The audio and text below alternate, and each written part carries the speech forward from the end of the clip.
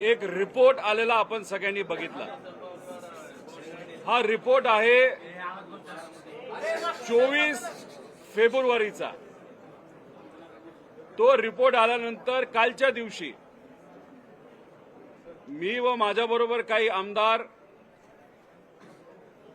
सर्व पक्षीय आमदार, त्याच्याबरोबर काही पदाधिकारी आणि काही सामान्य लोक मिळून मुंबईमध्ये असलेल्या मंत्रालयाच्या जवळ जे तिथं पोलीस स्टेशन आहे, त्याला मरीन ड्राईव्ह पोलीस स्टेशन म्हणतात, तिथं आम्ही गेलो आणि काय इच्छा व्यक्त केली तर अजित दादांचा जो घात नाही तर अपघात झालाय 28 जानेवारीला, त्याच्याबद्दल हे डीजीसीएली जो 24 तारखेला रिपोर्ट दिलेला आहे त्याच्यामध्ये व्हीएसआर कंपनीकडनं काही नेग्लिजन्स झालेला आहे आणि त्याच्यामुळे हा अपघात झालाय असं कुठेतरी सिद्ध होतं। त्यामुळे याच्या बेसिसवर एफआयआर व्हावा यासाठी आम्ही काल मुंबईला गेलो होतो। आता याच्यामध्ये काही लोकांनी शंका व्यक्त केलेल्या आहेत।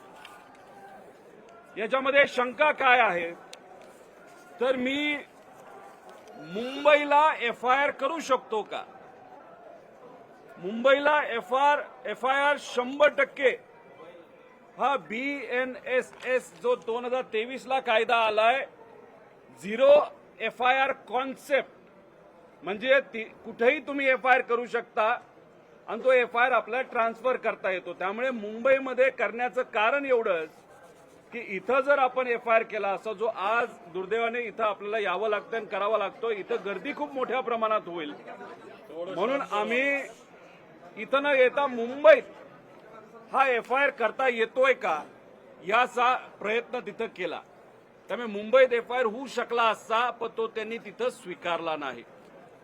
त्याच्याच बरोबर एफआयआर करण्याचा आपल्याला अधिकार आहे का तर अंडर सेक्शन 173(1) याच्या अंतर्गत या देशातल्या कुठल्याही नागरिकाला एफआयआर करण्याचा अधिकार 100% आहे।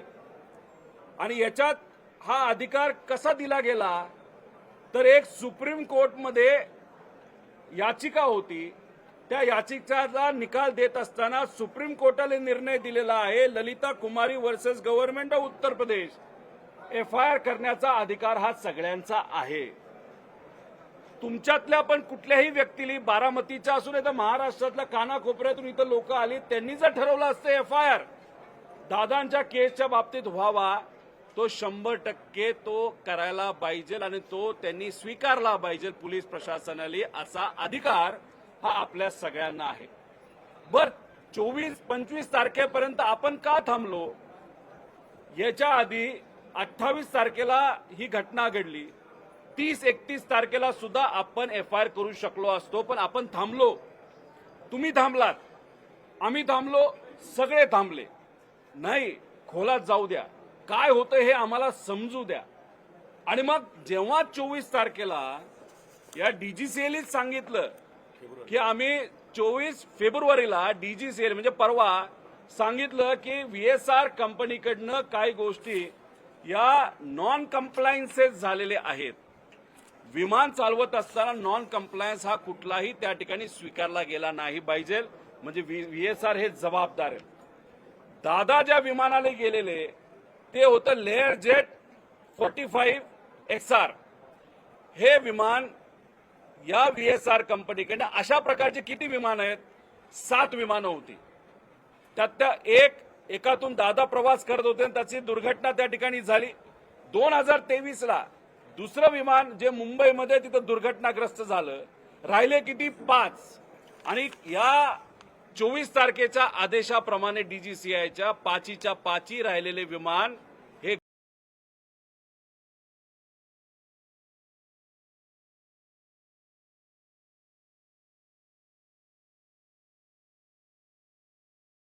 कंपनीले। आणि मग कुठलं विमान होतं ते होतं लेअर जेट 45 XR।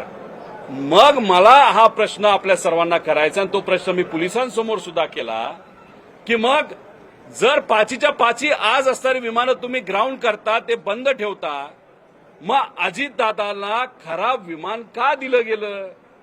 ते चुकून दिलं गेलं का मुद्दामून दिलं गेलं? या बाबतीतला एफआयआर करण्यासाठी आम्ही सर्वजण इथं आलो होतो. हा एफआयआर कोणाच्या विरोधात आहे? तर हा व्हीएसआर कंपनीच्या विरोधात आहे, त्यांच्या मालकांच्या विरोधात आहे. त्याच्याचबरोबर जर एअरवर्दीनेस म्हणजे विमान उडू शकतं नाही शकत हे बघण्याची जबाबदारी सीएची असते. मग कोण असे अधिकारी होते की अजितदादा ज्या विमानातून प्रवास करत होते ते विमान चांगलं आहे, चांगल्या कंडिशनमध्ये आहे, हे कुणी सांगितलं? असे कुठले अधिकारी आहेत, कुणी सह्या केल्या? तर या अधिकाऱ्यांना शोधा. अशा प्रकारचा दुसरा एफआयआर आम्ही करण्यासाठी तिथं सांगितलं. अजितदादांनी विमानात बसावं, विमान कुठलं द्यावं, उडायचं का नाही उडायचं, व्हिजिबिलिटी म्हणजे वातावरण बरं आहे का नाही आहे विमान उडवण्याचं, हे बघण्याची आणि विमान नियोजन करण्याची जबाबदारी ही आहे एरो नावाच्या कंपनीला.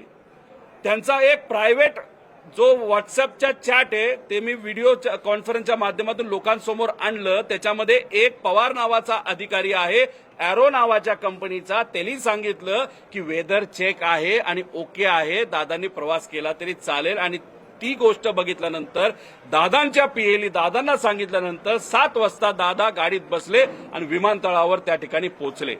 मग ही एरो नावाची कंपनी आहे, याच्यावर एफआयआर करा असं आम्ही तिथं सांगितलेलं आहे. आता ही जी चॅट आहे व्हॉट्सअपची, त्याच्यामध्ये या राज्यातले विमान या गोष्टीकडे लक्ष देणारे काही अधिकारी आहेत.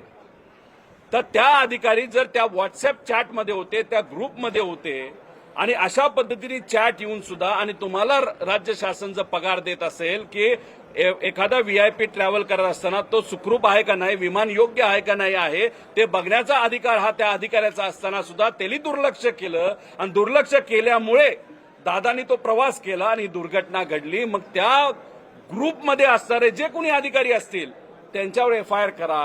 हा 4था एफआयआर आम्ही इथं मागितलेला आहे. याच्यात आम्ही कोणाचंही नाव घेतलं नाही. जे या देशाचे एव्हिएशन मिनिस्टर आहेत, ज्यांचा राजीनामा आम्ही मागतोय का, ज्या पार्टीतून ते येतात त्या पार्टीचं आणि व्हीएसआर कंपनीचं डायरेक्ट तिथं कमर्शियल रिलेशनशिप आहे, आर्थिक व्यवहार आहे. मग आर्थिक व्यवहार असणारा जर एखादा पक्ष असेल, त्याच्या जवळच्या एखाद्या व्यक्तीची कंपनी असेल आणि मग त्या कंपनीचं आणि व्हीएसआरचं नातं असेल, तर मग तिथं असणाऱ्या एव्हिएशन मंत्र्याला त्या पदावर राहण्याचा कुठलाही अधिकार नाही असं आम्ही बोललो होतो. लोकांची इच्छा आहे. पण या एफआयआर मध्ये आम्ही त्या एव्हिएशन मंत्र्याचं नाव घेतलंय का? नाही घेतलं, कारण आम्हाला राजकारण करायचं नाही. आम्ही याच्यामध्ये फक्त पोलिसांना एवढंच सांगितलं, एफआयआर व्हावा हा आमचा अधिकार आहे, नागरिक म्हणून, परिवार म्हणून तो तुम्ही स्वीकारावा. त्यांना तो स्वीकारावाच लागतो. कारण का तिथं जर आपण बघितलं बीएनएसएस मध्ये सगळ्यांना तो अधिकार आहे. पण गेले 2 तास आम्ही चर्चा करत आहोत. त्यांनी आम्हाला सांगत असताना नाही करता येणार नाही का, कारण का ऍक्सिडेंट रिपोर्ट हा फाईल झालाय. एक तुम्ही समजून घ्या, तुम्ही आता जात असताना जर कुणी मोटरसायकलवरनं पडल्यानंतर तुम्हाला लागलं आणि दुर्दैवाने, ही गोष्ट फक्त उदाहरण म्हणून तुम्ही घ्यावी, त्याच्यामध्ये दुर्दैवाने मृत्यू झाला, तर मग ऍक्सिडेंट रिपोर्ट काय असतो? डोक्यावर आपटला होता का, पडला कसा होता, लागलं कुठलं, किती हाडं मोडली, मग काय झालं होतं, डोकं फुटलं होतं का, मेंदू बाहेर आला होता का, काय, हे ऍक्सिडेंट रिपोर्ट असतो. तर दादांचं आतापर्यंत काय झालंय? तर फक्त ऍक्सिडेंट रिपोर्ट झाले 28 तारखेला. त्याच्यावर सीआयडी इन्व्हेस्टिगेट करते असं आम्हाला सांगितलं, असं तुम्हाला सांगितलं. अरे पण ऍक्सिडेंट रिपोर्टवर तुम्ही इन्व्हेस्टिगेट करत असताना जो क्रिमिनल अँगल आहे त्याच्याबद्दल काय? आणि ऍक्सिडेंट रिपोर्ट हा एकदा फाईल झाल्यानंतर एफआयआर घेण्याचा अधिकार, नाहीतर एफआयआर देण्याचा अधिकार हा नागरिकाचा असताना सुद्धा, आणि त्यांची ड्युटी असती की तो स्वीकारावा. तरी सुद्धा दादांच्या बाबतीत आम्ही जे मुद्दे मांडले त्याच्या बाबतीत कुठेही एफआयआर घेतला जात नाही. आम्ही जी तपास यंत्रणा आहे त्याच्यामध्ये येतोय का? अजिबात नाही. सीआयडीला तपास करू द्या, सीबीआयला तपास करू द्या, डीजीसीआयला तपास करू द्या, आम्हाला आक्षेप कुठंच नाही. आमचं असं म्हणणं आहे की एफआयआर तुम्ही फाईल करा आणि तो तसाचा तसा हा सीआयडीला पाठवा एफआयआर, नाही तर सीबीआयला पाठवा. एवढंच आम्ही इथं या ठिकाणी बोललेलो आहे. पण कुठंतरी म्हणजे अधिकारी बोलत असताना गेल्या 2 तासामध्ये आम्ही त्यांना सगळी पुस्तकं वाचून दाखवली, सगळे नियम तिथं दाखवले आणि कुठंतरी आता अधिकारी काही प्रमाणात आम्हाला सकारात्मक दिसायला लागलेत. पण काही जसं काल कुठंतरी तिथं असणाऱ्या अधिकाऱ्यावर एक प्रेशर होतं, असंच काही प्रमाणात प्रेशर इथं आम्हाला जाणवते. हे कार्यालय अजितदादांनी बांधलेलं आहे, हे अधिकारी अजितदादांनी आणलेले आहेत आणि मग आमची यांच्याकडनं अपेक्षा आहे की आम्ही नियमामध्ये या ज्या गोष्टी मागतोय तुम्ही आमचं एफआयआर घ्यावा. त्यांनी सांगितलं अजून 1 तास आम्हाला द्यावा. इथं योगेंद्र भाऊ इथं आहेत, ते इथं थांबतील नाही तर परत जाऊन परत येतील. मी आपल्या सर्वांना विनंती करतो की आपण सुद्धा बराच वेळ इथं दादांच्या प्रेमापोटी आलेला आहात. वकील असोसिएशनचे कारतोरे भाऊ जे आहेत हे इथं आले होते आणि स्वइच्छेने आलेले आहेत. इथं 100 वकील बारामतीचे इथं आलेले आहेत, स्वइच्छेने आलेले आहेत. तुम्ही सर्वजण स्वइच्छे आलेले आहेत. हे सर्व पदाधिकारी इच्छेने इथं आलेले आहेत. का? तुम्हाला आम्हाला फक्त एवढीच इच्छा आहे की अजितदादांना न्याय मिळाला पाहिजे. काय खरं घडलं हे कुठेतरी आपल्याला समजलं पाहिजे. याच्यामध्ये आपण जर बघितलं तर काही लोक म्हणतील की सीआयडी इन्व्हेस्टिगेट करते. करू द्या ना, सीआयडी इन्व्हेस्टिगेट केलं, पण सीआयडीने आतापर्यंत काय केलं हे लोकांपर्यंत येऊ द्या. कोण इन्व्हेस्टिगेशन ऑफिसर हे लोकांना तिथं कळू द्या. आम्ही प्रेशर आणतोय, मग तुम्ही कुठेतरी प्रेस कॉन्फरन्स घेणार, सांगणार हो सीआयडीचा हा अधिकारी आहे, आतापर्यंत आम्ही हे केलं, पण आता 27 दिवसामध्ये काय नाही झालं हे आम्हाला कुठेतरी सांगितलं पाहिजे. याच्यात पोलीस अधिकारी बोलत असताना त्यांनी सांगितलं की डीजीसीआय यांची एक AAIB नावाची बॉडी आहे, ते इन्व्हेस्टिगेट करतं. एक तुम्ही आपण सर्वांनी समजून घेतलं पाहिजे की AAIB जी बॉडी आहे ते क्रिमिनल अँगल बघत नाही, ते टेक्निकल अँगल बघतात आणि ते हे बघतात की उद्या जाऊन अजून दुसरा ऍक्सिडेंट होऊ नये याची दक्षता मात्र डीजीसीए तिथं घेत असतं. आता डीजीसीएचेच अधिकारी याच्यामध्ये आहेत असं आम्ही म्हणतो. मग सहज साधा प्रश्न मी लोकांनाही करतो आणि पोलिसांनाही केलेला आहे की या इन्व्हेस्टिगेशन डीजीसीएला जर सगळे अधिकार आपण टेक्निकल दिले आणि त्याच्यामध्ये टेक्निकल अनेक अडचणी तिथं दिसत असतील तर डीजीसीए प्रामाणिकपणे हे इन्व्हेस्टिगेशन करणार आहे का? याच्याच बरोबर मला खंत या गोष्टीची वाटते की आम्ही सर्वजण शांत बसतोय आणि आम्हाला असं वाटतं की याच्यामध्ये टेक्निकल इन्व्हेस्टिगेशन पण व्हावं आणि क्रिमिनल तपास सुद्धा त्यामध्ये व्हावा. का एफआयआर नकोय? का एफआयआर घेतली जात नाही? अहो, सुशांत सिंगच्या बाबतीतला एक मुद्दा हा किती गरम केला होता. ठीक आहे, त्याचा तिथं मृत्यू झाला, सुसाईड केलं, जे काय झालं हे लोकांना कळावं ही सगळ्यांची इच्छा होती. आपला देशाचा नागरिक होता, पण तो महाराष्ट्राचा नव्हता. इथं महाराष्ट्राचा एवढा मोठा नेता गेला असला तरी साधी एफआयआर होत नाही. जर त्या ठिकाणी न्याय मिळत नाही हे योग्य नाही. त्याच्याच बरोबर रेड बर्ड नावाची एक कंपनी आहे. 2 दिवसापूर्वी झारखंडमध्ये एक अँब्युलन्सचं विमान असतं ते तिथं पडलं. दुर्दैवाने त्याच्यामध्ये 7 लोकांचा का 6 लोकांचा मृत्यू झाला. त्यांच्या परिवाराबरोबर आम्ही आहोत, आदरांजली आहे. दुसऱ्या दिवशी रेड बर्डवर कारवाई झाली. दुसऱ्या दिवशी रेड बर्डवर एफआयआर झाली. आपल्या अजितदादांच्या बाबतीत आतापर्यंत फक्त ऍक्सिडेंट रिपोर्ट आहे. अजितदादांच्या बाबतीत इथं पोलीस प्रशासनाने आतापर्यंत एफआयआर केली नाही. या बाबतीची आम्हा सगळ्यांना त्या ठिकाणी खंत आहे. आणि हा गुन्हा दखलपात्र आहे का? तर 100% दखलपात्र गुन्हा आहे.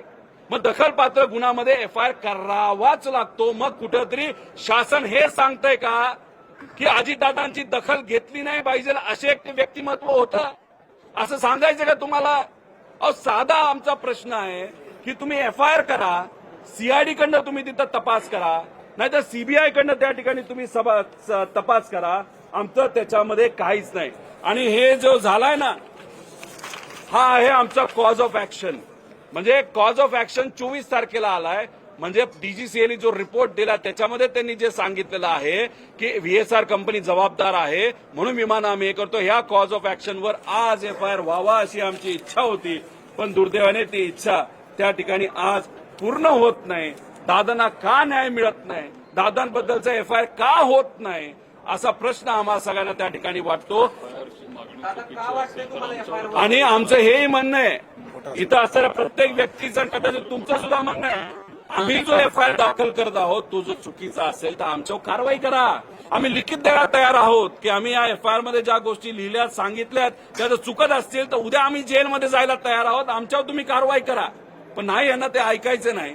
कुठंतरी कुठल्या तरी प्रकारचा प्रेशर आहे आणि कोणाला तरी वाचवण्याचा प्रयत्न इथं केला जातो. आणि अशा पद्धतीने पोलीस प्रशासन वागत असल्यामुळे हा घातपात आहे का, हा जो प्रश्न आपल्या सर्वांना आणि आम्हाला पडलेला आहे तो कुठंतरी खरा होताना दिसतोय, असंच एवढं आमचं त्या ठिकाणी मत आहे.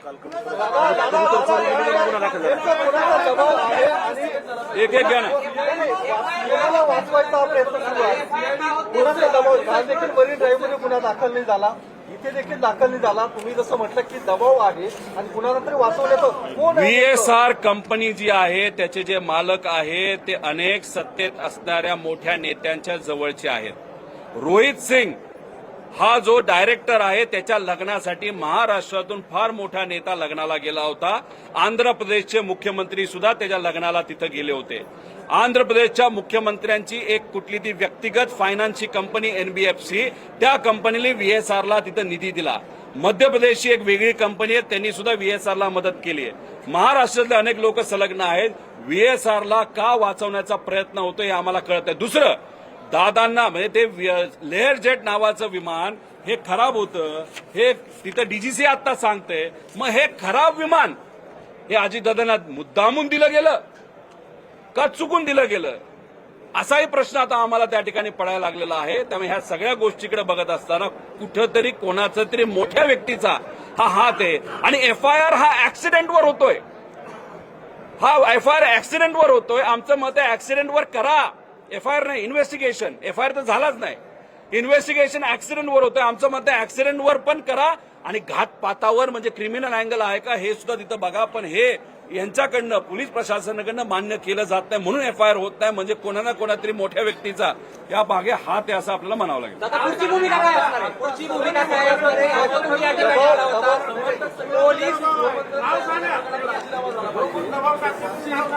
बघा, मला असं कळालेलं आहे की आपण FIR व्हावा हे जे आपलं स्टेटमेंट आहे ते माझं स्टेटमेंट आहे, युगेंद्रचं स्टेटमेंट आहे, इथं असलेल्या प्रत्येक पदाधिकाऱ्याचं स्टेटमेंट आहे, लोकांचं स्टेटमेंट आहे. लोकांनी सह्या केल्यात. पण फक्त कदाचित एक बातमी कुठेतरी लागली की याच्या माध्यमातून आम्ही होम मिनिस्टर यांचा राजीनामा मागतोय. असं अजिबात नाही. याच्यातून आमचं एवढंच म्हणणं आहे, आम्हाला राजकारण करायचंच नाही. करायचं असलं असतं तर आम्ही करू शकलो असतो. या मागे सगळ्यांनी ज्या सह्या केलेल्या आहेत त्या सह्या कशासाठी आहेत तर आमच्या अजितदादांचा जो नाही तर घातपात त्या ठिकाणी झालाय, नाही तर ऍक्सिडेंट झालेला आहे. आमच्या काकांचा मृत्यू त्याच्यामध्ये त्या ठिकाणी झालेला आहे. आमचे लाडके दादा जे आम्हाला सोडून गेलेले आहेत त्यांच्याबद्दलचा FIR घेण्यात यावा. या स्टेटमेंटवर या सर्व नागरिकांनी, त्यांच्या प्रेमी लोकांनी तिथं सह्या केलेल्या आहेत. आणि इथं बघा, इथं लोक स्वइच्छेने आलेत, सगळे वकील आलेत. वकील तिथं 2 तास आर्ग्यू करत होते की नाही तुम्हाला FIR घ्यावा लागेल. अहो, आम्ही 4 पुस्तकं तिथं वाचलीत आज 2 तासामध्ये, तरी सुद्धा पोलीस काय आमचं FIR घेत नाही. हा कुठंतरी दुर्दैवाने महाराष्ट्राच्या मोठ्या नेत्यावर, अजितदादांवर अन्याय त्या ठिकाणी आहे. जर दादा इतके अनेक मोठ्या लोकांचे मित्र होते तर मग त्या मित्रांनी याच्यात लक्ष घालून FIR करायला काय हरकत आहे. मग एवढ्या मोठ्या नेत्याचा FIR होत नसेल तर उद्या जर आम्हाला कोणाला काय झालं तर आमच्याबद्दल काय होणार. उद्या जाऊन जर सामान्य लोकांना काय झालं तर सामान्य लोकांचं काय होणार. अहो, काल एका पुण्यातल्या ठिकाणी एका गावामध्ये कबूतर चोरीला गेली. 160 उरळी कांचनला 160 कबूतर चोरीला गेले. त्याचा FIR झाला आणि दादांच्या बाबतीत FIR होऊ शकत नाही. अरे कसला न्याय. हा अधिकार आहे, सुप्रीम कोर्टाने दिलेला अधिकार आहे. हा आम्हाला तिथं BNSS ऍक्टली त्या ठिकाणी दिलेला अधिकार आहे. आणि मग हे होताना सुद्धा जर FIR होत नसेल तर याच्या मागे काळं बेरं नाही का असा प्रश्न आपला निर्माण होणार नाही का. मोठ्या व्यक्तीचा दबाव आहे असं म्हणतात. तो सरकारमधला आहे की सरकारमधलं बाहेर आहे, म्हणजे केंद्र सरकारमधला आहे की राज्य सरकारमधला. मी एवढंच म्हणेल, कुणाचा तरी दबाव आहे. नाही तर पोलीस अक्षरशः डोळ्यामध्ये पाणी या पोलीस काही अधिकाऱ्यांचं तिथं आलं होतं जेव्हा अंत्यविधी झाला होता. आणि आता सुद्धा आम्ही जेव्हा त्यांना काही गोष्टी सांगत होतो त्याच्यामध्ये सुद्धा त्यांच्या चेहऱ्यावरनं आम्हाला जाणवत होतं की आम्ही जे बोलतोय ते खरंय. पण तरी सुद्धा यांचा पेन एफआयआर कडे त्या ठिकाणी वळत नाही. त्याचा अर्थ कोणतरी एक ताकदवान व्यक्ती त्यांच्यावर प्रेशर आणते.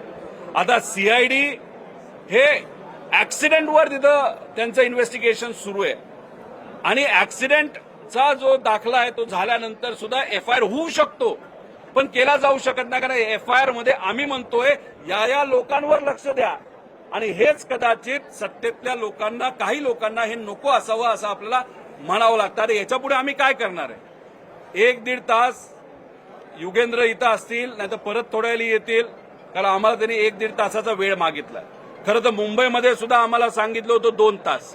मुंबईची घटना घडून 15 तास झाले तरी सुद्धा त्यांच्याकडनं आम्हाला अजून काही सांगितलं नाही आलं. त्यांचा अभ्यास काही पूर्ण झालेला नाही. 1-1.5 तास हे थांबा असं म्हणतायत, ते थांबतील, आम्ही थांबू.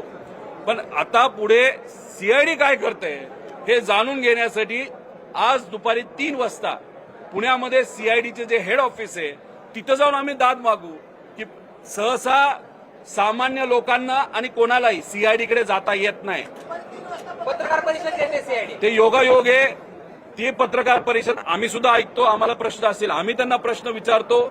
आता आम्ही तिथं 3 वाजता 100% जाणार आणि काय त्यांचा तपास म्हणतोय हे जरासं आम्ही समजून घेतो. अपघाताच्या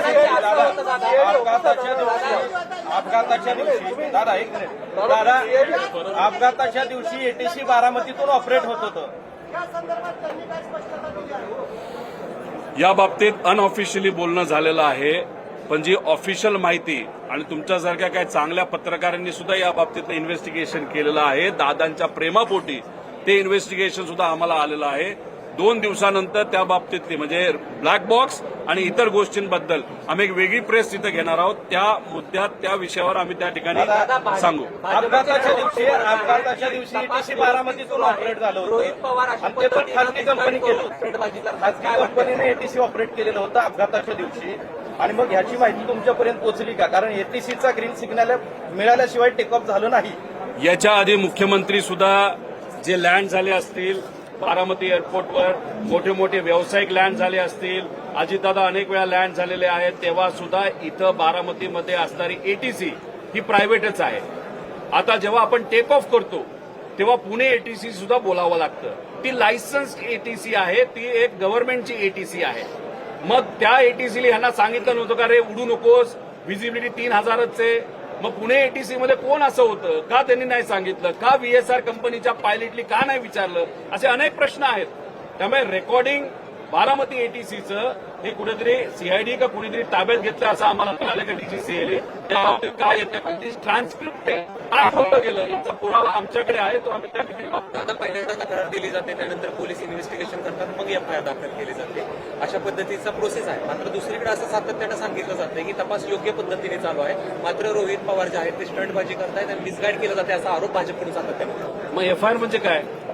तक्रारच आहे ना. अरे तक्रारच घ्या ना आमची. ती खोटी ठरली तर आमच्या गुन्हे दाखल. जर खोटी धरली तर आम्हाला गुन्हे दाखल करा. आणि जी इन्व्हेस्टिगेशन चाललंय सीआयडीचं असं ते म्हणतात, ते ऍक्सिडेंटल रिपोर्टवर चाललंय.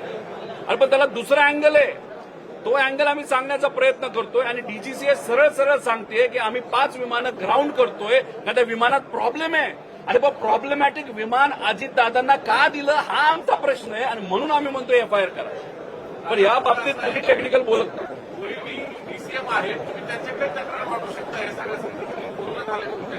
हे बघा, ते त्यांच्या लेवलवर प्रयत्न करताय.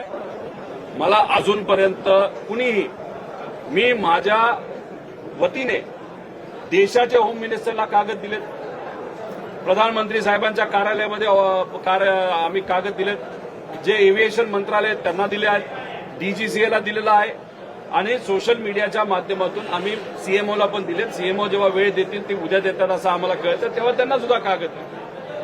आता हे आम्ही स्व इच्छेने त्या ठिकाणी दिलेलं आहे. याबद्दलची चर्चा सुद्धा तिथे झालेली आहे. आता याच्या पुढं माझं एकही मत आहे आणि हे तुम्ही रेकॉर्ड करा. याच्या पुढचा लढा हा लोक लढतील, सगळे लढतील. जर त्यांच्या पक्षातून, त्यांच्या परिवारातून जर मला कोणी आलं आणि म्हणलं की जे जे आहे ते आम्हाला दे, आम्ही लढायला तयार आहे. मी सगळ्यांना द्यायला तयार आहे. लढावं, पण लढलं पाहिजे एवढंच आमचं मत आहे. आणि दादांना न्याय मिळाला पाहिजे त्यासाठी जो जो कुणी भूमिका घेतोय, अमोल मिटकरी त्यांच्या बाजूनी भूमिका घेत आहेत. त्यानंतर तिथं काल एक नायकवडे नावाचे आले होते, ते भूमिका घेत आहेत. ठोंबरेताई तिथं भूमिका घेत आहेत. बाबा पाटील तिथं भूमिका घेत आहेत. बाकी इतरही भूमिका घेतात. तिथं जयली सुद्धा सोशल मीडियाच्या माध्यमातून तिथं व्यक्त झालाय की ब्लॅक बॉक्सच्या बाबतीत काहीतरी आम्हाला शंका वाटते आणि त्याच्याच बरोबर जे विमान आहे व्हीएसआर चालवणारं कंपनी, त्याच्यावर आम्हाला शंका आहे व्हीएसआर कंपनी बंद झाली पाहिजे, असं जय सुद्धा त्या ठिकाणी बोललाय आमचं प्रेझेंटेशन झाल्यानंतर. त्यामुळे ज्याला कोणाला पुढे घेऊन आणि काकींनी सीबीआय एन्क्वायरी मागितलेली आहे. त्यामुळे आपापल्या लेवलला लढलं पाहिजे, पण न्याय मिळाला पाहिजे एवढी आमची ज्या भूमिका. पद्धतीनं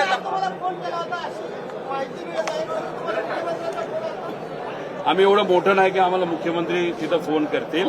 त्यांच्या कार्यालयामधून फोन आला होता. अजितदादांचा स्मारकाचा एक विषय मी मांडत होतो आणि त्या बाबतीतच चर्चा करायची होती. आज ती बैठक होत नाही, पण उद्या संध्याकाळी ती बैठक होईल आणि त्या बैठकीला गेल्यानंतर स्मारक अजितदादांचं व्हावं ही तर मागणी आम्ही करूच. त्याच्याच बरोबर इन्व्हेस्टिगेशन म्हणजे एफआयआर बद्दल पण त्यांना माहिती आम्ही देऊ आणि माझ्याकडे जे काही कागदपत्र आले ते सुद्धा आम्ही त्यांना त्या ठिकाणी देऊ. ज्या पद्धतीनं आता तपास चालू आहे त्या पद्धतीनं तुम्हाला असं वाटते का न्याय मिळेल? अजिबात वाटत नाही.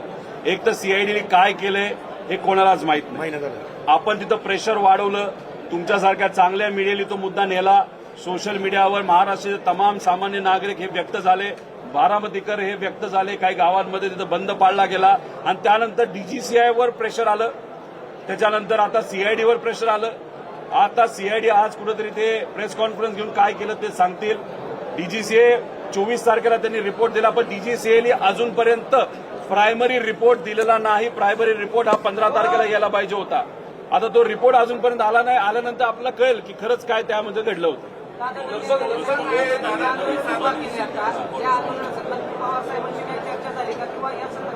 आंदोलन तुम्ही जे दादांच्या न्यायिक हक्कासाठी उभं केलंय या संदर्भात पवार साहेबांची काही चर्चा झाली का? आणि पवार साहेबांनी किंवा सुप्रियातांनी या आंदोलनाला काही परवानगी दिली का? या आंदोलन उभा करा असं एक तर तुम्ही समजून घ्या, हे आंदोलन रोहित पवारचं नाहीच आहे आणि हे आंदोलन पण नाहीये. आम्ही न्याय मागण्यासाठी प्रयत्न करत आहोत. एफआयआर करण्याचा प्रयत्न तिथं करतोय आणि खऱ्या गोष्टी लोकांसमोर याव्यात यासाठी मी असेल, हे सर्व मंडळी असतील, बाकी त्यांच्या पक्षातले काही लोक असतील आणि अशा पद्धतीने सगळेच लोक आपापल्या लेवलला तिथं प्रयत्न करत आहेत.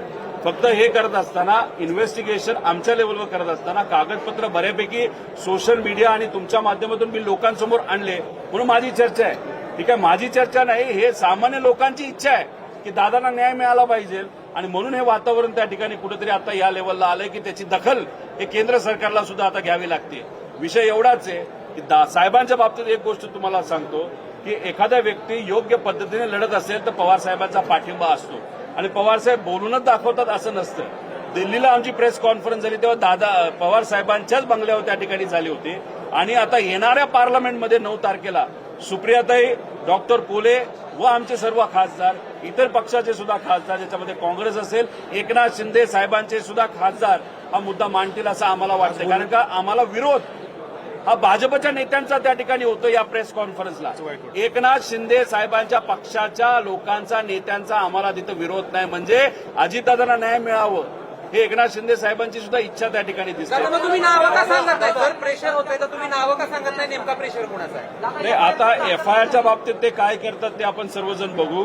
जर याच्यातून कुठंच काही जात नाही, आम्हाला फक्त इच्छा एवढी याच्यात राजकारण आलं नाही म्हणून आम्ही कोणाचं नाव घेत नाही. जर वेळ आली, न्याय मिळतच नाही दादांना, मग नंतर आम्ही नाव घ्यायला सुरुवात करू. दादा तुम्ही आज या ठिकाणी आला, तुमच्यासोबत दादांच्या पवार आहे, पक्षाचे काही तुमच्या नेते आहेत कुटुंबातले त्याच्यामध्ये? दादांच्या कुटुंबातले सदस्य का नाही तुमच्यासोबत आता? ते त्यांच्या लेवलवर लढतायत ना. जयली तिथं इच्छा व्यक्त केली, आम्ही त्यांच्या कुटुंबातला आहोत, आम्ही पण त्यांच्या जवळ होते. त्यानंतर सुनित्रा काकींनी सीबीआयकडे एन्क्वायरी देण्यात यावी असंही तिथं पत्र दिलेलं आहे. पण हे सगळं होत असताना ज्या त्रुटी आहे, जसं एफआयआर होणं महत्वाचं आहे, एन्क्वायरीमध्ये बऱ्याच काही गोष्टी आम्हाला जाणवत आहेत. डीजीसीएकडनं सुद्धा काही लोकांना वाचवलं जातंय हे जेव्हा आम्हाला कळालं, आम्ही आता प्रेस कॉन्फरन्सच्या माध्यमातून फक्त लोकांची जी इच्छा आहे की आम्हाला कळलं पाहिजे हे आम्ही त्या ठिकाणी दाखवत आहोत. फक्त शिवसेनेची लोक त्याच्यामध्ये नाही आहेत, राष्ट्रवादीचे आहेत का त्याच्यामध्ये? तुम्ही असं म्हणालात की शिवसेनेची लोक विरोध करत नाहीत, त्याच्यामध्ये राष्ट्रवादीची लोक आहेत का? येणाऱ्या पार्लमेंट एक तर त्यांच्याकडे एकच खासदार आहे, ते आहेत सुनील तटकरे. त्यानंतर प्रफुल्ल पटेल आहेत. प्रफुल्ल पटेल अतिशय अनुभवी व्यक्तिमत्व आहे. कशामध्ये? एव्हिएशनमध्ये. आम्ही ज्या पद्धतीने इथं लढतोय, डॉक्युमेंट आणतोय, त्यांचे जुने कॉन्टॅक्ट आहेत. त्यांनी आम्हाला जर मदत केली असती तर आम्हाला आवडलं असतं. 4-5 कागद आम्हाला दिली असती, नाही लढा तुम्ही चांगलं करता, पण त्यांच्याकडनं अजूनपर्यंत झालं नाही. उद्या कदाचित होईल. विषय तो नाही. विषय त्यांच्याकडे एकच खासदार आहे, ते मुद्दे मांडतील नाही मांडतील हा वेगळा विषय. आमच्याकडे 8 खासदार आहेत. आम्ही आमच्या लेवलला मांडू, काँग्रेस मांडेल, त्यानंतर एकनाथ शिंदे साहेबांचे पक्ष मांडेल, उद्धव ठाकरे साहेबांचा पक्ष त्या ठिकाणी मांडेल, तृणमूल काँग्रेस ते मांडेल, इतरही राज्यातले जे इतर नेते, जसं आप पार्टी सुद्धा उद्या जाऊन हा मुद्दा त्या ठिकाणी मांडणार आहे. त्यामुळे पार्लमेंटमध्ये बरेच लोक मुद्दे घेतील आणि त्याच्यात जे एव्हिएशन मंत्री आहेत ते त्या पदावर राहिलेच नाही पाहिजे, कारण त्यांच्या पार्टीच्या प्रमुखाचं आणि व्हीएसआरचं आर्थिक संबंध आहेत हे सिद्ध झालेलं आहे. त्यामुळे त्यांचा राजीनामा सुद्धा मागितला जाईल असं आम्हाला वाटतं. थोडक्यात राष्ट्रवादीचा पाठिंबा रोहित पवारांना संपूर्ण पक्षाचा नाही असं त्यातून सिद्ध होतं. कशातून? राजकीय नाही नाही. रोहित पवार गौण आहे. रोहित पवार कोण आहे? रोहित पवार कार्यकर्ता आहे, नातेवाईक आहे. रोहित पवारचं काही घेणं देणं नाही. रोहित पवार आणि रोहित पवाराबरोबर या राज्यातले 11 कोटी लोक फक्त एवढंच मागतायत, आम्हाला न्याय द्या अजितदादांना. इन्व्हेस्टिगेशन नीट झालं पाहिजे. टेक्निकल अँगल पण बघा आणि क्रिमिनल अँगल पण बघा. त्यामुळे रोहित पवार हे महत्वाचं नाही, तर आम्ही सर्व महत्वाचं नाही. काय महत्वाचं आहे, दादांना न्याय मिळाला पाहिजे. पण ज्या ज्या घटना घडत चालल्यात, आम्ही जे बोलत चाललोय, दुर्दैवाने त्या गोष्टी घडत चाललेल्या आहेत आणि त्याच्यावरूनच आम्हाला शंका वाढत चालली आहे की इन्व्हेस्टिगेशनवर कोणाचा तरी दबाव असल्यामुळे इन्व्हेस्टिगेशन योग्य दिशेने जात नाही. लगभग 2 घंटे चर्चा हुई आपकी सभी के साथ, क्या फाइनली पुलिस राजी है कि इसमें एफआईआर दाखिल होगा या एग्जैक्टली क्या कहा है? देखो 2 घंटा एडिशनल एसपी के साथ हम बात कर रहे थे, डीवाईएसपी के साथ बात कर रहे थे, पीआई के साथ बात कर रहे थे और बाकी जो उनके अधिकारी थे उनके साथ बात कर रहे थे.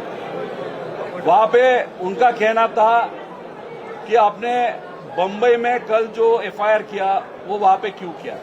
उनको हमने बताया बीएनएसएस में वहां पे 0 एफआईआर करके कॉन्सेप्ट है वो अलाउड है. फिर उन्होंने वहां पे कहा डीजीसीए का वहां पे इन्वेस्टिगेशन चल रहा है, तो वो इन्वेस्टिगेशन अगर चल रहा होगा तो एफआईआर करने की क्या जरूरत है. जैसे कि AAIB ये जो संस्था है वो इन्वेस्टिगेशन वहां पे करे. उनको मैंने कहा कि AAIB ये जो संस्था है डीजीसीए के अंतर्गत आती है. डीजीसीए के कुछ जो अधिकारी उन पे ही हमारा ऑब्जेक्शन है. तो ये इन्वेस्टिगेशन क्या कर रही है, योग्य डायरेक्शन पे ये इन्वेस्टिगेशन जाएगा, ये प्रश्न हमको वहां पे. और AAIB ये इंस्टीट्यूट जो है या जो संस्था है वो क्रिमिनल इन्वेस्टिगेशन वहां पे नहीं करती. फिर उन्होंने कहा कि ये एफआईआर होना चाहिए क्या, लीगली ये करना चाहिए क्या. उस पर हमने कहा कि बीएनएसएस में सेक्शन 173(1) उसके अंतर्गत देश का कोई भी नागरिक अगर चाहे कॉग्निजेबल ऑफेंस होगा तो वो एफआईआर लेना ही पड़ता है. तो ये कॉग्निजेबल ऑफेंस है. अभी तक आज तक अजीत दादा के केस में एक भी एफआईआर वहां पे नहीं हुआ. सिर्फ एक्सीडेंटल रिपोर्ट वहां पे हुआ है, उस पर सीआईडी वहां पे इन्वेस्टिगेशन कर रही है. लेकिन हमारा कहना है जो कॉज ऑफ एक्शन है वो कॉज ऑफ एक्शन है जो डीजीसीए ने परसों ये जो रिपोर्ट वहां पे दिया है उसमें उन्होंने कहा है कि नॉन कंप्लायंसेस ये वीएसआर ने किए थे. अगर नॉन कंप्लायंस वहां पे किए थे और उसके कारण 5 विमान अगर आप ग्राउंड कर रहे हो, दैट मीन्स जो अजीत दादा का विमान था वो भी फॉल्टी था. तो फॉल्टी विमान जानबूझ के दिया या गलती से दिया तो उसको क्रिमिनल कॉन्स्पिरेसी आती है. तो वो क्रिमिनल कॉन्स्पिरेसी टेक्निकल रिपोर्ट पे नहीं होगा, उसके लिए अलग एफआईआर लेना पड़ेगा. इसलिए उनको हम विनती कर रहे थे. हमने वहां पे किसी भी नेता का नाम नहीं लिया. जो एविएशन मंत्री है उनके खिलाफ हमारा कंप्लेन है, जो हम पुलिस के यहाँ पे नहीं किया, हमने नेताओं को किया कि ये जो मंत्री है उनकी जो पार्टी है उनका पार्टी का नेताओं का और बीएसआर का आर्थिक संबंध है, इसलिए इस नेता को वहां पे पद में रहने का कोई अधिकार नहीं. ये हमारी भूमिका आज भी है, कल भी रहेगी. लेकिन एफआईआर में हमने उनका नाम नहीं लिया. हमने वीएसआर का नाम लिया है, हमने डीजीसीए के जो कोई अधिकारी है जो जिम्मेदार है वो हमको नहीं मालूम, इन्वेस्टिगेशन के बाद पता चलेगा. तीसरी बात, एरो नाम की कंपनी है. चौथी बात, उस ग्रुप में एरो के ग्रुप में कौन कौन अधिकारी उनका नाम उनके ऊपर एफआईआर लो ऐसे कहा. फिफ्थ, जो भी क्रिमिनल कंस्पिरेसी के लिए जवाबदार है उसके ऊपर आप ले लो. अभी इसके लिए एफआईआर लेने के लिए हम यहाँ पे आए, लेकिन वो अधिकार सेक्शन 173(1) बीएनएसएस में होने के बाद भी हमको एफआईआर वहां पे करने की वहां पे अनुमति पुलिस अधिकारी ने वहां पे नहीं दी, इसलिए यहाँ पे हमको लग रहा है कि अजित दादा पे वहां पे अन्याय हो रहा है. सीआयडी ऑफिसला तुम्ही कधी आज जाणार आहात का उद्या? आता 3 वाजता मी इथं असणारे जे सामान्य लोक आहेत, वकील आहेत, पदाधिकारी आहेत, महिला आहेत, युवा आहेत, विद्यार्थी आहेत, दादाप्रेमी आहेत, दादांचे निष्ठावंत कार्यकर्ते आहेत, पदाधिकारी, सगळे यांची इच्छा आहे की न्याय मिळाला पाहिजे. आता हा न्याय मिळण्यासाठी आम्ही लढत आहोत, लोक लढत आहेत. आता जसं आम्ही इथं आलो, यांनी अजून आमचा एफआयआर स्वीकारला नाही. युगेंद्र इथं थांबतील, थोड्या वेळी येतील, ते परत त्यांना विनंती करतील. पोलिसांनी सांगितलं 1 तास थांबा. तोपर्यंत आम्ही 3 वाजता सीआयडी ऑफिसला जाणार आहोत. काय सीआयडी कार्यालय करते हे जरा आम्ही समजून घेणार आहोत. काय आतापर्यंत केलं हे आम्हाला समजून घ्यायचं आहे आणि मग ते काय बोलतात हे आम्ही समजून घेऊन मग उद्या लागलं तर होम मिनिस्टर साहेबांना आम्ही भेटू. डीजीसीएने या सगळ्या शिवसेनेने आम्ही मराठी माणसं आहोत. दादा एक मोठे नेता होते. जर पोलिसांनी फक्त बघण्याची भूमिका घेतली तर आम्ही काय शांत बसणार आहोत का? आम्ही इथं आमची भूमिका एवढीच आहे की दादांवर अन्याय होऊन देऊ नका. लेकिन जर आता जे दिसायला लागले की इन्व्हेस्टिगेशनच्या बाबतीत कुठंतरी हस्तक्षेप व्हायला लागलेला आहे आणि मग काही लोकांना, काही कंपन्यांना वाचवलं जातं. मग दादांच्या बाबतीतच अशा गोष्टी होत असतील आणि मग दुसऱ्या केसेसच्या बाबतीत तिथे एफआयआर होतात. सुशांत सिंगचं मी बोललो तुम्हाला की तिथं एवढा आवाज उठवला जातो, आंदोलन केलं जातं. अरे हे तर तुमचे मित्र होते, हे मोठे नेता होते. करोडो लोकांनी यांच्यावर प्रेम केलेलं आहे, पाठिंबा दिलेला आहे. या व्यक्तीच्या बाबतीत तुम्ही आंदोलन करत नाही, तुम्ही प्रयत्न करत नाही, साधा एफआयआर होऊन देत नाही. मग ह्या सगळ्या गोष्टी बघितल्यानंतर कुठेतरी शंका ही वाटायला लागलेली आहे. आम्ही 2-3 दिवस बसू, वाट बघू. आमचे वकील जे आहेत, इथं राहुल भाऊ सुद्धा आहेत, खारतोडे भाऊ त्या ठिकाणी आलेत, तिथं प्रांजल तिथं होते. त्यांचं मत आहे की 2 दिवस आता आम्ही एक ईमेल हे एसपी साहेबांना त्या ठिकाणी लिहिणार आहोत. उद्यापर्यंत आम्ही थांबू आणि आमचे वकील जी बारामती संघटना आहे त्यांनी सांगितलं की दादांची केस आम्हाला दादांच्या प्रेमापोटी त्या ठिकाणी लढायची आहे. त्यामुळे मग वकील इथले बारामतीचे जे म्हणतील, जसं म्हणतील, बारामतीत आपण केस फाईल करायची एफआयआर करण्यासाठी. केस ही पीआयएल नाही, एफआयआर करा. याच्यासाठी आम्ही बारामतीमध्ये जायचं का मुंबईत जायचं हे इथं असणारे वकील संघटना ठरवेल. वकील ठरवतील, ते जसं सांगतील तसं आम्ही पुढे जाऊ. दादा, या सगळ्या घटनेनंतर नाही, घटनेचा तपास व्हावा यासाठी आमचं मत आहे की 2 महिन्यामध्ये आपल्याला तपास नक्कीच त्या ठिकाणी करू शकतो. त्यातला 1 महिना झालेला आहे. पण झालं असं आहे की डीजीसीएचे काय अधिकारी हे व्हीएसआर कंपनीला सपोर्ट करण्यासाठी आणि व्हीएसआरच्या पाठीमागे मोठे मोठे लोक असल्यामुळे कागदपत्र हे मॅनेज केले जात आहेत. इन्व्हेस्टिगेशन हे मॅनेज केलं जात आहे. कागदपत्रापासून सगळे पुरावे हे मॅनेज केले जात आहेत, मॅन्युप्युलेट केले जात आहेत. आणि म्हणून आम्हाला भीती वाटते की उद्या जाऊन दादांना खरंच न्याय मिळेल का. त्यामुळे लवकरात लवकर हे इन्व्हेस्टिगेशन व्हावं. डीजीसीएचे काय अधिकारी याच्यामध्ये आहेत असं आमचं मत आहे. त्यामुळे मग डीजीसीएलाच तुम्ही कलम 11च्या अंतर्गत जे इन्व्हेस्टिगेशन करायला सांगत आहात ते आम्हाला अमान्य आहे. त्या इन्व्हेस्टिगेशन ज्या पद्धतीने व्हायला पाहिजे डीजीसीएच्या कलम 12च्या अंतर्गत ते व्हावं, ज्याच्यामध्ये ते पारदर्शक पद्धतीने व्हावं. बाहेरच्या काय एजन्सी त्याच्यामध्ये घेण्यात यावा अशी आमची सगळ्यांची त्याच्यामध्ये मागणी आहे. शिवसेनेने विमान वापरायचं बंद केलेलं वापरायची नाहीये, त्यांची विमानं घ्यायची नाही. VSRची विमानं वापरायचं बंद केलेलं. एकनाथ शिंदे साहेबांनी जर ही भूमिका घेतली असेल त्यांचं मनापासून मी स्वागत करतो.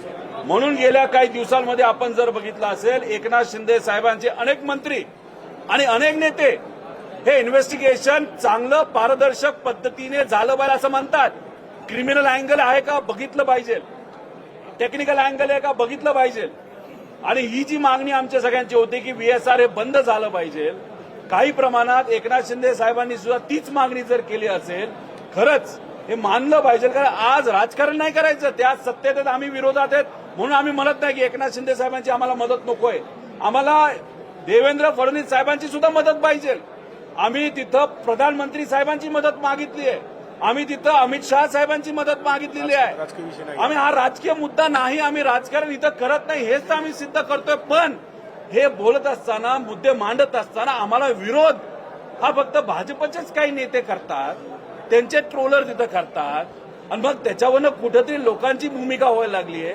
मग भाजपच असं म्हणतंय का की दादांची ही जी काय इन्व्हेस्टिगेशन आहे, FIR आहे, ह्या झाल्या नाही पाहिजे, मग याला भाजपच याच्या पाठीमागे आहे का असा प्रश्न साहजिकच निर्माण त्या ठिकाणी होतो. डीजीसीएने या अगोदर या ठिकाणी एक FIR केला होता. विमान अपघात झाल्यानंतर डीजीसीएने केला होता. तो FIR बारामती याच तालुका पोलीस स्टेशननी रद्द केला होता. जर पोलिसांना या विमान अपघातातलं काही कळत नाही तर त्यांनी तो डीजीसीएचा FIR कसं काय रद्द केला होता? जर त्यांनी FIR केला असेल, नंतर रद्द झाला असेल तर ते फारच चुकीचं आहे. पण आम्हाला जे कळलं आहे, अजितदादांच्या या केसच्या बाबतीत एक सुद्धा FIR आतापर्यंत झालेला नाही. मुंबईमध्ये कबुतराचा विषय तुम्ही सर्वांनी ऐकला असेल. त्यात कबुतर वाचवण्यासाठी FIR झाला. काल कबुतर चोरीला गेली म्हणून FIR झाला. त्याच्याचबरोबर सुशांत सिंगच्या बाबतीत सगळी प्रशासकीय यंत्रणा ही त्या सुशांत सिंगला न्याय देण्यासाठी मागे लागली होती. ठीक आहे, सुशांत सिंगचं काय झालं, कसं झालं हे बघत राहतील, पण अजितदादांचं काय झालं हे बघण्याची भूमिका जर सत्तेतल्या काही लोकांची नसेल तर मग आश्चर्याची गोष्ट आहे. अरे साधा FIR करून देताय तुम्ही, आणि FIR मध्ये आम्ही कोणाचं नाव नाही घेतलं. FIR आम्ही दिलेत तुम्हाला पत्रकारांना, तुम्ही वाचा. आम्हाला त्याच्यात राजकारण करायचं नाही. या सगळ्या जर प्रकरण आपण बघितलं तर या सगळ्या प्रकरणानंतर जनतेचा रोष जो आहे तो समोर येतोय. हे शांत करण्याचा प्रयत्न जो आहे तो कसा केला जाईल, उत्तर मिळाले नाही तर किंवा महाराष्ट्रात उद्रेकाचा होऊ शकतो, काय भूमिका असणार आहे किंवा कसं शांत करणार नाही, आहे? आम्ही एवढीच भूमिका घेणार आहोत. बारामतीकरांना सुद्धा आम्ही विनंती केली होती की खूप मोठ्या संख्येने कृपा करून तुम्ही येऊ नका, इथं तुम्ही शांततेत राहावा. सरकारी ज्या काही वास्तू असतात त्याची सुरक्षितता ही आपली जबाबदार असते. त्यामुळे शांततेत जे जे काय आपल्याला करता येईल ते तुम्ही करू शकता. दादा शिस्तप्रिय होते. तालुक्यात, विविध तालुक्यामध्ये अजितदादांच्या प्रेमी लोकांनी जर तिथे FIR करण्याचा प्रयत्न केला आहोत, त्यांची इच्छा आहे. कारण की इथं आम्ही काय कुठं कोणाचं प्रतिनिधित्व करत नाही. मी त्यांचा एक पुतण्या म्हणून, युगेंद्र त्यांचा एक पुतण्या म्हणून, इथं असणारे लोक त्यांचे दादा प्रेमी म्हणून, या राज्याचा नागरिक म्हणून आमची इच्छा आहे दादांना न्याय मिळाला पाहिजे. या भूमिकेतून आम्ही आहोत. त्यामुळे महाराष्ट्रामध्ये तिथं असणारे जे सामान्य नागरिक आहेत, दादा प्रेमी आहेत, ते काय भूमिका घेतात याचा माझा तरी कंट्रोल नाही. त्यांनी त्यांच्या लेवलवर भूमिका घ्यावी, पण भूमिका घेताना शांततेत घ्यावी. नाही, जन आक्रोश जर असेल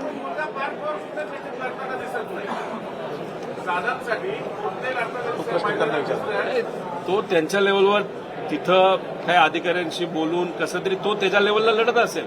तो लढत नाही असं आपल्याला म्हणून चालणार नाही. जय त्याच्या लेवलला तिथं बोलतोय. काकींनी तिथं सीबीआयकडे एन्क्वायरी द्यावी, ते त्या ठिकाणी लढतायत.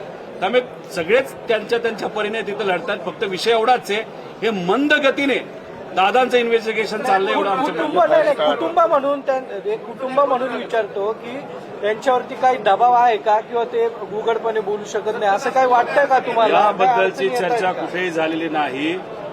ते अजितदादांचे कुटुंबीय आहेत. जसं आम्ही कोणाला घाबरत नाही तसेच ते असावेत आणि ते आहेत. त्यामुळे ते मला तुम्हाला वाटतं दबाव आहे त्यांच्यावर, काही दबाव वाटतो? वाटत नाही त्यांचा दबाव आहे. ते त्यांच्या त्यांच्या लेवलनी त्या ठिकाणी प्रयत्न करत आहेत आणि आम्ही आमच्या लेवलनी प्रयत्न नाही. करत पण आज अध्यक्षपदाची निवडणूक होती, त्या ठिकाणी तुम्ही एक लक्ष केंद्रित करण्यासाठी इकडे हे केलं असंही बोललं जाते.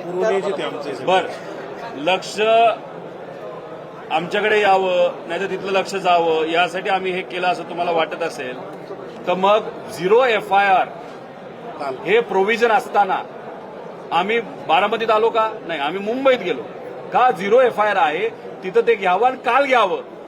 पण काल तिथं आम्हाला कुठलाच भाव मिळाला नाही, FIR घेतला नाही आणि मग आम्हाला पर्याय दुसरा कुठला राहिला नाही. कारण का आम्हाला तिथं कुठंच दखल घेतली जात नव्हती, तर आम्हाला पर्याय दुसरा नाही. तर जिथं ही घटना घडली बारामती या भूमीमध्ये येऊन इथे FIR दाखल करणं, ते करून घेण्याचा प्रयत्न करणं यासाठी आम्ही सर्वजण आलो. त्यामुळे जर कुणी वेगळ्या अँगलनी राजकीय दृष्टिकोनातून म्हणत असेल त्याला लखलाभ, तो त्याचा विषय. आम्ही इथं सामाजिक पद्धतीने दादांच्या प्रेमापोटी या सगळ्या गोष्टी. तुम्ही उघड भाजपचं नाव घेतलंय, भाजपचं नाव घेतलंय, तुम्ही हाय भाजप या मागे असं वाटतंय का? तुम्ही नाव नाही, मी भाजपचं नाव याच्यासाठीच घेतलेलं आहे की भाजपचेच, फक्त भाजपचेच नेते मंत्री हे आम्ही जे बोलतोय त्याच्यावर आक्षेप घेत आहेत. त्यांचेच ट्रोलर या विषयावर आक्षेप घेत आहेत, त्यांचेच प्रवक्ते या विषयावर आक्षेप घेत आहेत. बाकी कुठल्याच पक्षातले बाकी कुठलेही सामाजिक लोक या विषयावर तिथं आक्षेप घेताना दिसत नाही. त्यामुळे ते लोक का आक्षेप घेतात याचा प्रश्न आम्हाला पडलाय आणि त्यामुळे चर्चा ती होत असल्यामुळे ती चर्चा इथं मी फक्त बोलून दाखवतो. काही चर्चा ही पण आहे की विलिनीकरण होत नाही, त्यामुळे रोहित पवार अशा पद्धतीने प्रेशर टॅक्टिक्स करतायत अशी एक धक्की आवाजाची. सगळ्यात पहिल्यांदा मी म्हणलो होतो विलिनीकरण आता काही फायदा नाही आणि आम्हाला करायचा पण नाही, कारण का दादाची भावनिक इच्छा होती की पवार साहेबांचं वय बघता पवार साहेबांबरोबर एकत्रित येणं ही त्यांची भावनिक इच्छा होती. 18व्या वर्षी अजितदादांचे वडील हे वारले. आनंद आजोबा हे वारल्यानंतर अजितदादांना कुणी मुलासारखं वागवलं असेल तर पवार साहेबांनी वागवलं आणि हे त्यांच्या मनात होतं. हे त्यांनी आम्हाला बोलून दाखवलं. जेव्हा रेवतीचं लग्न ठरलंय हे सांगण्यासाठी पवार साहेबांनी अजितदादांना फोन केला. मी तिथं होतो. पण पवार साहेबांना कफ असल्यामुळे पवार साहेबांना बोलता येत नव्हतं. पवार साहेब काय बोलतात हे दादांना कळत नव्हतं आणि ही ती परिस्थिती बघितल्यानंतर दादांच्या डोळ्यात पाणी मी बघितलेलं आहे. मग ही भावनिक भूमिका दादांची असताना याच्यामध्ये आम्ही राजकारण का करू? अरे नको आम्हाला हे विलिनीकरण, पण अजितदादा न्याय तर द्या. त्याच्यासाठी एफआयआर तर करा. साधी एफआयआर होत नसेल तर अजितदादा न्याय कसा मिळणार असं आमचं मत आणि लोकांचं मत आहे. नाही, अनेक बारामतीकरांचं असं म्हणणं आहे की दादांनी एवढे आमदार केले, खासदार केले, रोहित पवार आणि मिटकरी सोडले तर एकही आमदार यावरती बोलायला तयार नाही, आवाज उठवायला तयार नाही. वाटतं तुम्हाला ही सगळी शोकांतिका आहे? हे बघा, अजितदादांच्या विरोधात या बारामती मतदारसंघातून कोण उभं होतं? युगेंद्र इथं आहे.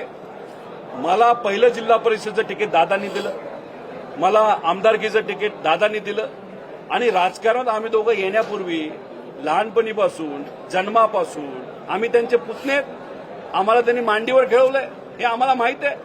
मग अशा परिस्थितीमध्ये आम्ही आमच्या लेवलवर त्या ठिकाणी बांधतोय. आता काल अमोल मिटकरींना संधी दादांनी दिली. नायकवडेंना भाषणातून शब्द दिला होता की तुला मी तिथं आमदार बनवतो. दादांनी करून दाखवलं, ते तिथं आले होते. आता बाकीचे काय येत नाहीत हे मी कसं सांगू शकणार? तो त्यांचा तिथं विषय आहे. नाही, पण शोकांतिका वाटते का तुम्हाला ही सगळी? त्यांनी पण यायला पाहिजे या तुमच्या लढ्यामध्ये. त्यांच्या मनामध्ये असेल पण त्यांना येता येत नसेल, काय येता येत नाही मी नाही सांगू शकत. चला थँक्यू बाबा, थँक्यू बाबा, थँक्यू. तू बोलणे की तुम्ही फक्त एकच दादा अजित दादा बस.